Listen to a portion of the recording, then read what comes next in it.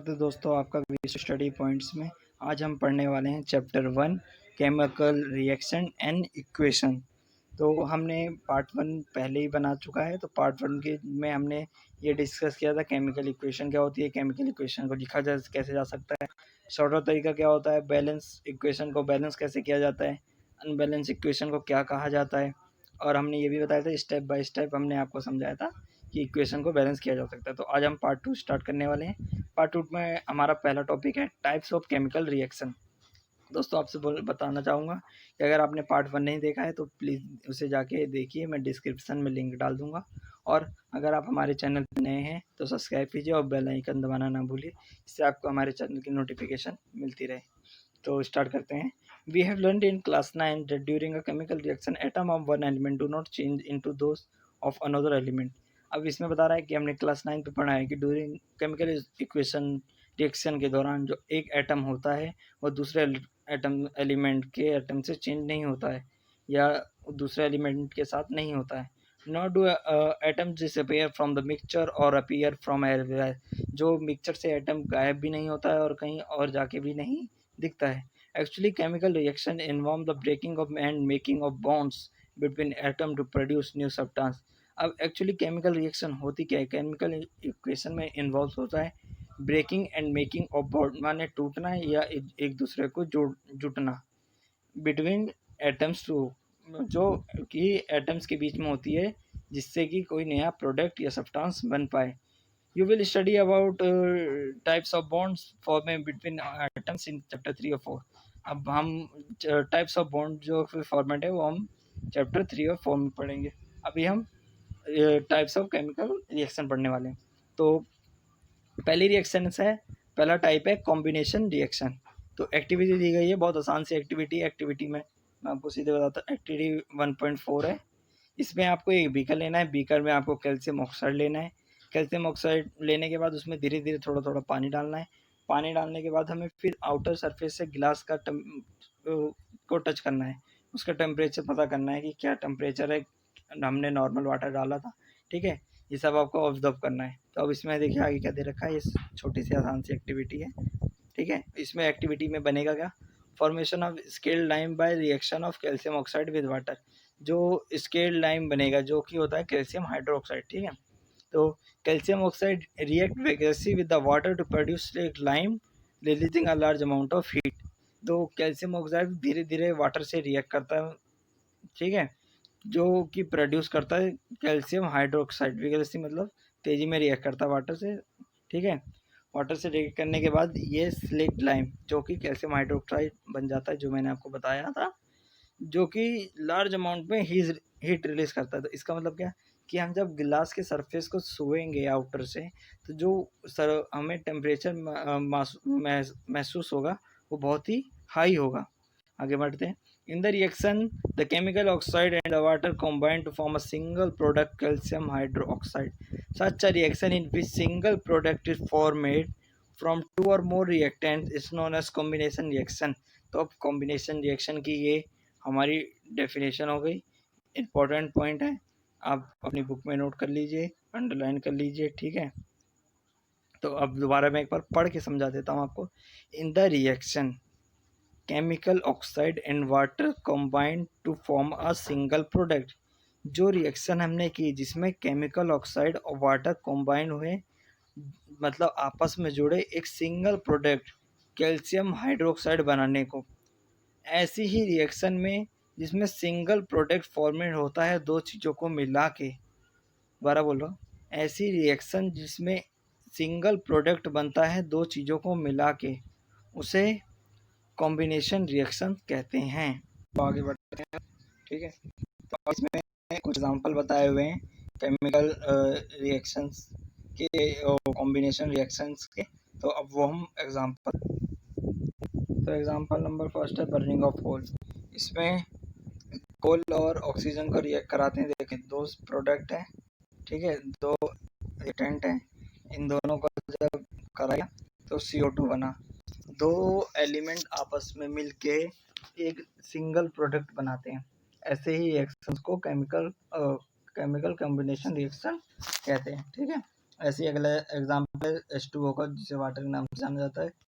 तो आते हैं in activity 1.4, we also observed that a large amount of heat involved. Thus, this is makes the reaction mixture warm. Reaction in which heat is released along the formation of product are called exothermic chemical reaction. अब जिन reaction में heat release होती है, ठीक है, जिन reaction में heat release होती है उन्हें एक्सोथर्मिक केमिकल रिएक्शन कहते हैं, ठीक है। ये यहाँ से पॉइंट है, अंडरलाइन कर लीजिएगा बुक में, ठीक है। उनको एक्सोथर्मिक करते हैं। और जिनमें अब इसके एग्जाम्पल देखो दे रखे हैं, other examples of exothermic reaction, burning of natural gas.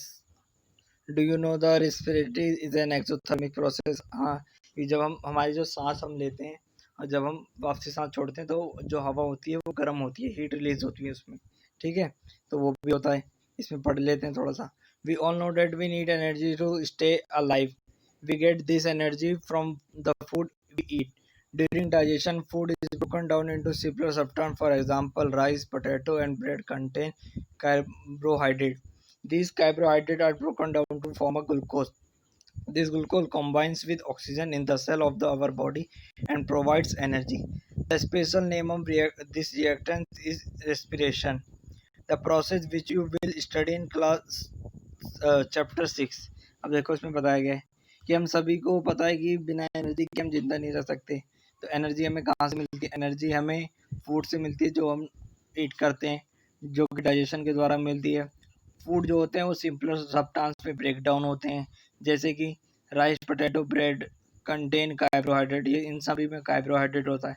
तो ये कार्बोहाइड्रेट में ब्रेक डाउन होते हैं to form glucose. Glucose form करते हैं, तो फिर ग्लूकोज ऑक्सीजन से रिएक्ट करता है, जिसमें एनर्जी बनती है और CO2 बनती है, वाटर बनता है और हीट रिलीज होती है, ठीक है। आगे देखते हैं। थर्ड में बोला गया है the decomposition of vegetable matter into compost is also an example of exothermic reaction। जो सब्जियां होती हैं जब वो सड़ जाती हैं, बता रहे हैं कि वो भी एक्सोथर्मिक रिएक्शन होती है। कैसे होती हैं आगे देखिए। Identify the type of reaction taking place in activity 1.1 where heat is given out along with formation of single product. हमें बोल रहा है कि एक्टिविटी 1.1 पे जाइए, जहाँ पर हीट रिलीज हो रही थी फॉर्मेशन ऑफ सिंगल प्रोडक्ट पे, ठीक है।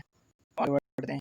अब दूसरा दिया हुआ एग्जांपल हमें डिकम्पोजिशन रिएक्शन, ठीक है। इसमें भी एक एक्टिविटी दी है। Take about 2 gram ferrous sulphate crystal in a dry boiling test tube. तो सेकंड पॉइंट है, note the colour of the ferrous sulphate crystal. हमें जो फेरियस सल्फेट क्रिस्टल का कलर है वो लिख लेना है कि किस कलर में है, ठीक है। Heat the boiling tube over the flame of the burner और split flame as shown in figure 1.4। Observe the colour of the crystal after heating. थोड़ा कॉम्प्लिकेटेड रिएक्शन है तो ध्यान से देखिएगा, ठीक है। अब मैं आपको बता रहा हूँ। हमें सबसे पहले क्या करना है, 2 ग्राम फेरियस सल्फेट क्रिस्टल लेना है ड्राई बॉइलिंग ट्यूब में। अब देखो ड्राई बॉइलिंग ट्यूब क्या है, ये है ड्राई बॉइलिंग ट्यूब। इसमें हमें 2 ग्राम फेरियस सल्फेट लेना है, फेरियस सल्फेट के क्रिस्टल, ठीक है। इसमें लिए हुए हैं, ठीक है, ये देखो लिखा हुआ है। और ये बॉइलिंग ट्यूब है, एक फर्नल ले लिया, एक बोर्ड हो गया, ठीक है। अब जब इसमें हम डाल देंगे, जब हम इनसे हीट करेंगे तो क्या होगा, देखो लिखा हुआ है correct way of heating the boiling tube containing crystal of ferrous sulphate end of smelling the order. मतलब इसकी महक पता चलेगी हमें, क्या होगा। आगे पढ़ते हैं। Have you notice that the given green colour of ferrous sulphate crystals has change. मतलब जो क्रिस्टल फेरियस सल्फेट का क्रिस्टल का कलर था ग्रीन, वो चेंज हुआ। You can smell the characteristics of odor of burning sulfur। जो sulphur burn हो रहा था तो उसकी महक की कैरेक्टरिस्टिक क्या थी, आपने महसूस किया। तो उसमें आगे पढ़ते हैं। ये ऑब्जर्व रिएक्शन करने के बाद पता चलेगा कि इनमें क्या क्या हुआ। In this reaction you can observe that a single reactant break down to give simpler products. अब इसमें ऑब्जर्वेशन बताई हुई है, पढ़ते। इसमें बताया जा रहा है कि एक सिंगल रिएक्टेंट जो ब्रेक डाउन होता है जो कि हमें देता है सिमिलर प्रोडक्ट, उससे मिलता जुलता product. This is a decomposition reaction. Furious sulphate crystal loss water when heated and the colour of the crystal change. जो फेरियस सल्फेट क्रिस्टल जो होता है वो पानी को छोड़ता है हीट करने पे, और उसका कलर जो होता है चेंज हो जाता है। It then decomposes to ferric oxide, और हीट करने के बाद ये फेरिक ऑक्साइड बन जाता है। sulfur dioxide and sulfur trioxide. Ferric oxide is a solid, while S2, SO2 and SO3 are gases. मतलब जो फेरिक ऑक्साइड होती है वो सॉलिड होती है, और सल्फर डाइऑक्साइड गैस होती है, सल्फर ट्राइऑक्साइड भी गैस होती है। ठीक है। Decomposition of calcium carbonate to calcium oxide and carbon dioxide on heating is an important decomposition reaction used in various industries। क्या बोल रहा है? Decomposition of calcium carbonate to calcium oxide, मतलब डिकम्पोजिशन रिएक्शन जो हम कर रहे थे, डिकम्पोजिशन करना कैल्शियम कार्बोनेट्स का कैल्शियम ऑक्साइड से एंड कार्बन डाइऑक्साइड से हीटिंग के द्वारा। ठीक है। It is an important decomposition reaction. ये एक बहुत इंपॉर्टेंट डिकम्पोजिशन रिएक्शन होती है। ठीक है। क्या होती है? कैल्शियम कार्बोनेट को कैल्शियम ऑक्साइड कार्बन डाइऑक्साइड को हीट करने पे वेरियस इंडस्ट्री में यूज़ होती है ये reactions. Calcium oxide is called lime और quicklime. It has many uses. One is the manufacture of cement. When a decomposition reaction is carried out by heating, it is called thermal decomposition। बता रहा है कि calcium oxide जो होती है वह एक लाइम और क्विक लाइम होती है जो कि बहुत यूज़ आती है। इनमें से एक यूज़ इसका सीमेंट बनाने में होता है। ठीक है।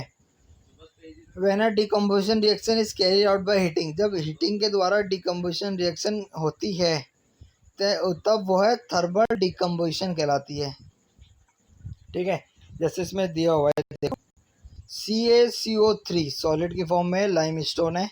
हीट करने पे ब्रेक डाउन हुआ CO में और प्लस CO2 में गैसेस में। ठीक है। जो कि क्विकलाइम है और CO2 गैस है, सबको पता है, कार्बन डाइऑक्साइड। तो अब आगे बढ़ते हैं। ये एक और एक्टिविटी दी है। ठीक है। एक्टिविटी इतनी इंपॉर्टेंट नहीं है, आप पढ़ लीजिएगा। कोई दिक्कत होगी तो कमेंट में बताइएगा। ठीक है। एक्टिविटी 7.8 भी है, वो ये 7.8 थोड़ा सा देख लेते हैं।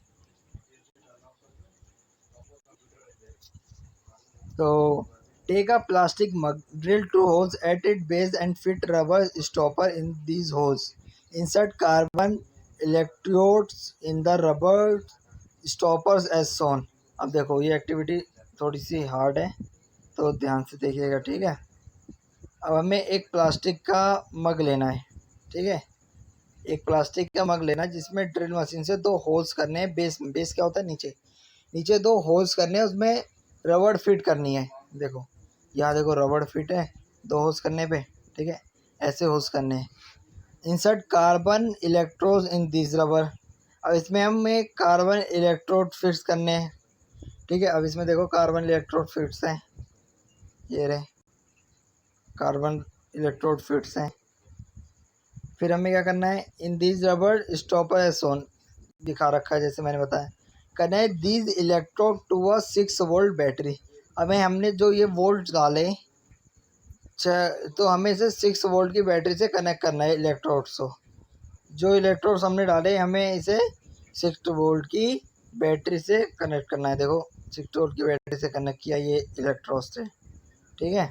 इन्हें 6 वोल्ट की बैटरी से ये स्विच बना दिया, एनोड कैथोड हो गया। ठीक है। इसे कनेक्ट कर दिया। आगे बढ़ते हैं। Fill the mug with water such that the electrodes are impressed. Add a few drops of dilute sulfuric acid to the water। हमें करना है मग में पानी भरना है। पानी भरने से क्या होगा? इलेक्ट्रोड जो होगा इम्प्रेस हो जाएगा, दब जाएगा, और उसमें कुछ डिल्यूट सल्फ्यूरिक एसिड की बूंदें डाल देनी है वाटर में। उसके बाद क्या करना है? Take 2 test tube filled with water and insert them over the carbon electrode. अब हमें 2 टेस्ट ट्यूब लेनी है। ठीक है। जिसमें पानी भरा हो, और उसे इन्वर्ट कर देनी है दो कार्बन इलेक्ट्रॉन के ऊपर ये जैसे देखो, ये दो टेस्ट ट्यूब कार्बन, ये हमारा ये जो कार्बन है इसके ऊपर सेट कर दी गई है। ठीक है, ऐसे सेट करना है। टेक टू टेस्ट ट्यूब हो गया। Switch on the current and leave the apparatus undisturbed for some time, मतलब स्विच बना के उसे कर दीजिए। You will observe the formation of bubbles, आप देखेंगे कि बबल्स की फॉर्मेशन हो रही है। देखो दिख रही है कि यहाँ पर बबल्स की फॉर्मेशन हो रही है। ठीक है, अब क्यों हो रही है भैया, इसके भी पता कर लेते हैं। Bubble formation at both electrode, दोनों इलेक्ट्रोड में हो रही है। हाँ जी। This bubble displace water in the test tube, ये बबल जो है वाटर में डिस्प्लेस हो जा रहे हैं। ठीक है, bubbles. Is the volume of gas collect the same in both the test tube, जो वॉल्यूम ऑफ गैस जो कलेक्ट हो रही है दोनों टेस्ट ट्यूब में सेम हो रही है। One the test tube are filled with respectively gases, remove them carefully, कि एक बार जब टेस्ट ट्यूब फिल हो जाए गैसेस से तो उन्हें ध्यानपूर्वक हमें हटाना है। Take this gases on one by bringing a burning candle close to the mouth of test tube. अब हमें क्या करना है, इन टेस्ट ट्यूब के सामने हमें जलती हुई कैंडल ले जानी है इनके टेस्ट ट्यूब के माउथ के सामने। ठीक है, this step must be perform carefully by, मतलब ये स्टेप टीचर की निगरानी में होना चाहिए, ये थोड़ा सा आपको नुकसान पहुंचा सकता है। What happen in each case which gas is present in test tube, अब इसमें पूछ रहा है आगे क्या होगा और कौन सी गैस प्रेजेंट होगी इसमें, तो आप ये करिए और कमेंट बॉक्स में बताइए कि क्या होगा। ठीक है, you will see the date the white silver, ये एक्टिविटी 1.8 के बारे में है। आगे चलते हैं। ठीक है, अब हमारा अगला टॉपिक है डिस्प्लेसमेंट रिएक्शन। डिस्प्लेसमेंट रिएक्शन हमने 9वीं क्लास में ही पढ़ा है, इसकी एक एक्टिविटी देख लेते हैं भैया। Take 3 iron nail and clean them by rubbing with sand paper. अब बोल रहा है 3 कीले लें जिन्हें हमें रफ करना है सैंड पेपर से, सैंड पेपर से उन्हें साफ करना है। ठीक है, test tube mark A and B, in each test tube take 10 ml copper sulphate solution. हमें दो टेस्ट ट्यूब लेनी है, एक टेस्ट ट्यूब पे ए लिख दीजिए, एक पे बी लिख दीजिए। ठीक है, दोनों में 10 मिलीलीटर कॉपर सल्फेट का सोल्यूशन डालिए। ठीक है, उसके बाद क्या करना है भाई, टाइट टू आयरन स्नेल with a thread and immerse them carefully in the copper sulphate solution in test tube B for about 20 minutes, keep one iron nail aside for a comparison. अब हमें क्या बोल रहा है कि एक दो टेस्ट ट्यूब लीजिए, उसमें धागे से बांध दिए, एक में कॉपर सल्फेट में डालिए आयरन नेल, एक में रख लीजिए कंपेयर करने के लिए। ठीक है, 20 मिनट के लिए डालिए। Compare the intensity of blue colour of copper sulphate solution in test tube. अब ए बी टेस्ट ट्यूब में चेक कीजिए कि कॉपर सल्फेट की जो कलर है उसका क्या हुआ और कील का क्या हुआ, दोनों को कंपेयर कीजिए। ठीक है, अब इसकी ऑब्जर्वेशन देख लेते हैं। अब इसमें देखो दिखाई हुए आयरन नेल हम पे ऐसी थी। ठीक है, iron nail taking out copper sulphate से जब आउट की तो वो ये कलर में आ गई। ठीक है, अब सोल्यूशन का क्या हुआ, टेस्ट ट्यूब ए में जो सोल्यूशन था कॉपर सल्फेट का, सोल्यूशन का कलर ब्लू था, वो ब्लू का ब्लू रहा, उसमें हमने कोई यूज़ नहीं किया, कैश साइड रख ली। और इसमें यूज़ किया उसका कलर ग्रेइश हो गया। ठीक है, अब ये क्यों हुआ तो बताते हैं। Why does the iron nail become brownish in colour, वही कि ब्राउनिश कलर क्यों हो गया भैया कील का, तो ब्लू कलर कॉपर सल्फेट का फ्रेट कैसे हो गया। तो the following chemical reaction take place in activity in this, तो ये एक्टिविटी है कि आयरन है, CuSO4 है, ये है। तो इन दिस रिएक्शन आयरन डिस्प्लेस और रिमूव अनदर एलिमेंट, आयरन ने क्या किया कि दूसरे एलिमेंट को रिमूव कर दिया या डिस्प्लेस कर दिया। ठीक है, दोबारा सुनिए, जब आयरन नेल को हमने कॉपर सल्फेट में डाला, ठीक है, तो उसने सल्फेट को डिस्प्लेस कर दिया, कॉपर कॉपर रह गया। ठीक है, this reaction is known as displacement. यही रिएक्शन डिस्प्लेसमेंट रिएक्शन करती है कि एक एलिमेंट दूसरे एलिमेंट को डिस्प्लेस कर दे या रिमूव कर दे। एक एग्जांपल देखिए, other example of displacement reactions are zinc plus CuSO4 give out zinc SO4 plus Cu। ठीक है, अब इसमें देखो हमने जिंक को और CuSO4 को रिएक्ट करवाया, तो हमारा क्या हो गया, जो रिजल्ट मिला हमें जिंक SO4 हो गया। इधर मतलब ये है कि जो Cu था Cu जो SO4 एक साथ था, तो जिंक ने Cu को डिस्प्लेस कर दिया और उस वहाँ अपनी जगह बना ली, जिंक SO4 को डिस्प्लेस हुआ और Cu को अलग कर दिया। ऐसे अगले में Pb प्लस CuCl2। अब यहाँ Pb और CuCl2 को अब देखते हैं क्या होता है। तो PbCl2 हो गया, यहाँ पर Pb ने Cu को डिस्प्लेस कर दिया, ठीक है, Pb लीड होता है, ठीक है। यही होता है डिस्प्लेसमेंट रिएक्शन, जो एक एलिमेंट दूसरे एलिमेंट को डिस्प्लेस करके उसकी जगह पे आ जाए, ये कहते हैं। तो पार्ट 2 की एंडिंग यही होती है। अब आगे हमारे सिर्फ 3 ही टॉपिक रह गए हैं। एक टॉपिक है डबल डिस्प्लेसमेंट रिएक्शन, दूसरा टॉपिक है हमारा ऑक्सीडेशन एंड रिडक्शन, और लास्ट है effect of oxidation and reduction, ठीक है, डेली लाइफ में। ये पार्ट अब 3 में आएगा, ठीक है। यहाँ तक आपको कोई भी दिक्कत हो तो कमेंट में करिए, और thank you for watching this video, और हमारे चैनल को सब्सक्राइब कीजिए।